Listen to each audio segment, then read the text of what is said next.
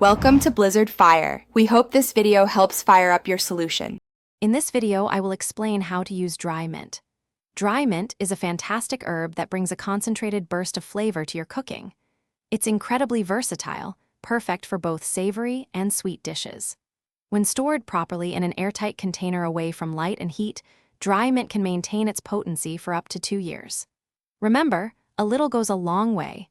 1 teaspoon of dried mint packs the punch of about 3 teaspoons of fresh mint. Dry mint shines in a variety of culinary creations. For savory meals, sprinkle it over roasted lamb, grilled chicken, or steamed vegetables to elevate their flavor profile. It's also a wonderful addition to marinades and rubs, infusing meats with a bright, herbaceous note. Don't forget to try it in salad dressings for a refreshing twist. This herb is a staple in many Middle Eastern and Mediterranean dishes, bringing an authentic and delightful taste. Beyond main courses, dry mint is excellent in beverages and desserts.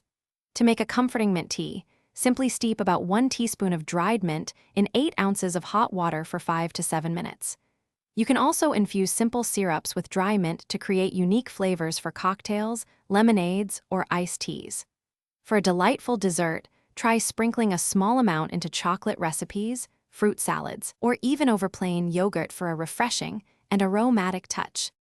To get the most out of your dry mint, here are a few helpful tips. Always crush the dried leaves between your fingers just before adding them to your dish.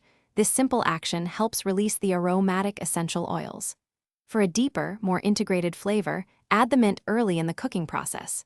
If you prefer a brighter, fresher mint note, stir it in closer to the end. Remember to start with a small amount, perhaps 1/2 teaspoon, and adjust to your taste. Thanks for watching. If you found this helpful, don't forget to like and subscribe.